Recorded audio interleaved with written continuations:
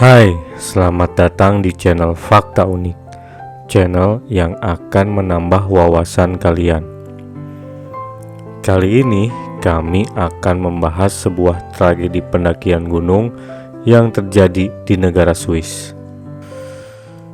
Dan inilah wajah gunung yang tidak menginginkan pendaki. Inilah Eiger Nordwand atau wajah utara Eiger, sebuah dinding batu setinggi 1800 meter yang nyaris tegak lurus, selalu diselimuti bayangan dan dijuluki Mordwand atau dinding pembunuh. Tragedi Eiger bukan hanya tentang jatuh. Ini adalah kisah tentang penantian yang mengerikan, tentang harapan yang membeku, dan tentang perjuangan hidup dan mati yang ditonton oleh dunia. Pada tahun 1936, 4 pemuda datang untuk menaklukkan Gunung Eiger. Mereka adalah Andreas Hinterstoizer, Tony Cruz, Eddie Rainer, dan Willy Enger. Hanya dalam 4 hari, mereka akan menjadi saksi dari salah satu survival terbrutal, di mana salah satu pendaki terhebat tewas hanya 3 meter dari uluran tangan sang penyelamat. Ini adalah kisah Tony Cruz dan kutukan Eiger.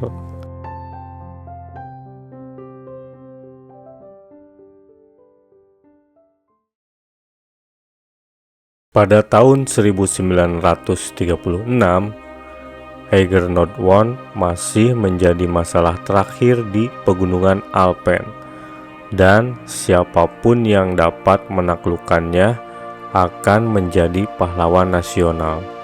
Sebuah alat propaganda yang sempurna di Eropa saat itu. 4 pemuda ambisius datang, Tony Cruz dan Andreas Hinterstoizer yang berasal dari Jerman, dan 2 lainnya yaitu Eddie Rainer dan Willy Enger yang berasal dari Austria. Mereka bukan pendaki sembarangan. Mereka adalah yang terbaik, khususnya Andreas Hinterstoizer, seorang alpinis yang dikenal brilian dan berani. Tony Cruz, rekannya, adalah ahli teknis yang tenang dan teliti. Mereka berangkat pada 18 Juli. Mereka sangat tahu kengerian jalur utara Gunung Eiger. Cuaca yang bisa berubah dari surga menjadi neraka dalam hitungan jam. Namun, mereka didorong oleh impian untuk menancapkan bendera di puncak. Pada awalnya, pendakian berjalan lancar. Namun, mereka terhenti di sebuah jalur es horizontal yang nyaris mustahil untuk dilewati, yaitu jalur Traverse Hinterstoizer. Ya, sesuai namanya, jalur ini diberi nama demikian karena untuk mengenang salah satu jagoan kita di video ini, yaitu Andreas Hinterstoizer. Jalur ini benar-benar vertikal dan sangat sempit. Namun, dialah yang pertama kali berhasil melewati bagian sulit ini dengan mengayunkan dirinya melintasi jurang es dan memasang tali untuk rekannya. Andreas menggunakan seluruh keahliannya untuk melewati jurang beku ini, mengaitkan tali sebagai jembatan. Tapi disinilah kesalahan fatal dimulai. Setelah melintas, Andreas mencabut tali itu, sebuah langkah yang diyakini untuk menghemat tali atau mungkin untuk mencegah tim lain menggunakan jalan pintas mereka.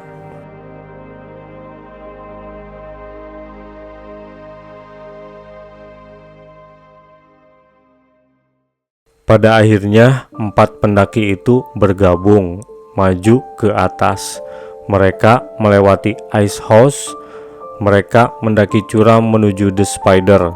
Namun, Eiger mulai menunjukkan taringnya. Batu-batu mulai berjatuhan.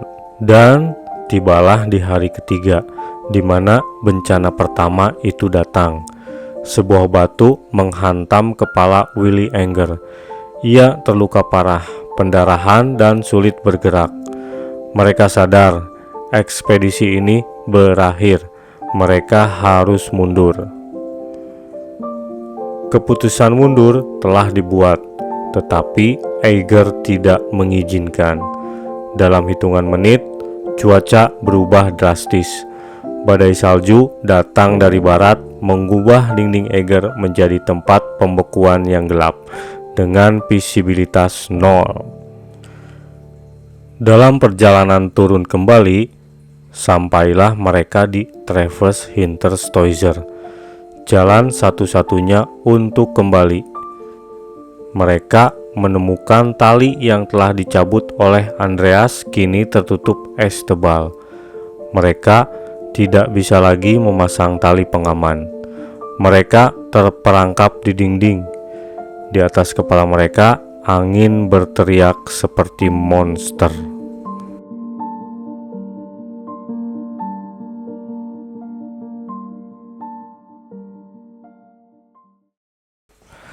Di stasiun kereta Kleinsteindijk yang berada di kaki gunung, tim penyelamat dan jurnalis telah berkumpul.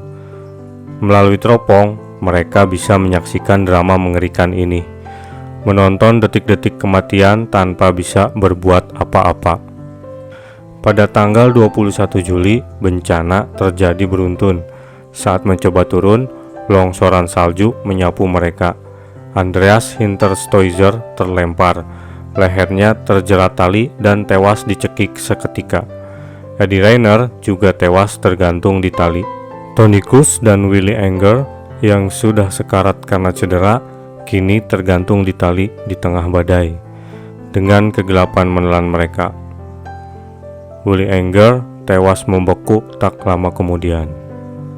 Kini hanya Tonicus yang tersisa. Ia berdiri sendirian, tergantung di tali beku. Kakinya mati rasa, tangannya membeku. Malam itu, Tonicus tidak menyerah.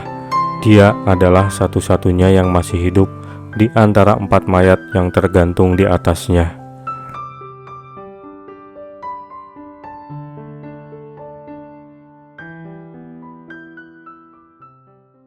Keesokan paginya, tim penyelamat Austria yang berani datang melalui terowongan kereta mendengar sesuatu. Itu adalah Tonicus. Masih hidup, mereka berhasil menjangkau jarak dekat. Hanya terpisah celah batu dan tali beku. Tony tahu ini adalah kesempatan terakhirnya. Ia harus memasang tali baru ke tali penyelamat. Dengan sisa tenaga terakhirnya, dengan tangan yang sudah membeku dan tak merasakan apa-apa, ia menghabiskan 5 jam untuk mencoba simpul tali beku yang sudah mengeras seperti batu. Tim penyelamat melihat setiap gerakannya. Mereka berteriak memberi semangat. Namun, setiap gerakan Tonicus adalah siksaan. Akhirnya, setelah berjam-jam penderitaan, ia berhasil melepas simpul itu dan mengikat tali baru.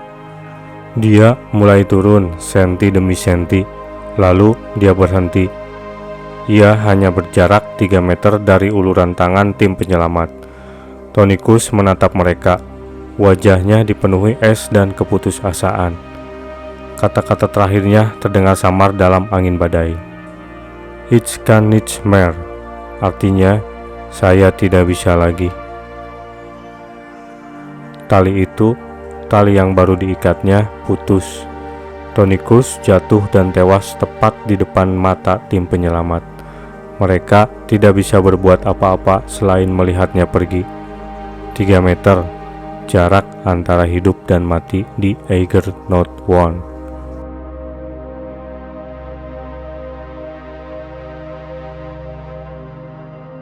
Tragedi Tonicus, Andreas Hinterstoiser dan rekan-rekan mereka selamanya akan menjadi kisah inti dari Eiger. Itu adalah kisah ambisi yang dihukum oleh alam dan perjuangan manusia yang paling brutal. Eiger mengajarkan kita, di hadapan kekuatannya, pengalaman dan keberanian saja tidak akan cukup. Dinding pembunuh telah menuntut korbannya, dan kisah Tonikus akan selalu menjadi pengingat paling menyakitkan tentang harga dari impian di ketinggian. Kisah ini terjadi pada tahun 1936 dan pada tahun 2008 kisah ini telah diangkat ke layar lebar dengan judul North Face. Jika kalian ingin lebih detail mengetahui kisah ini, tonton saja filmnya. Terima kasih sudah mendengar. Sampai jumpa di channel Fakta Unik.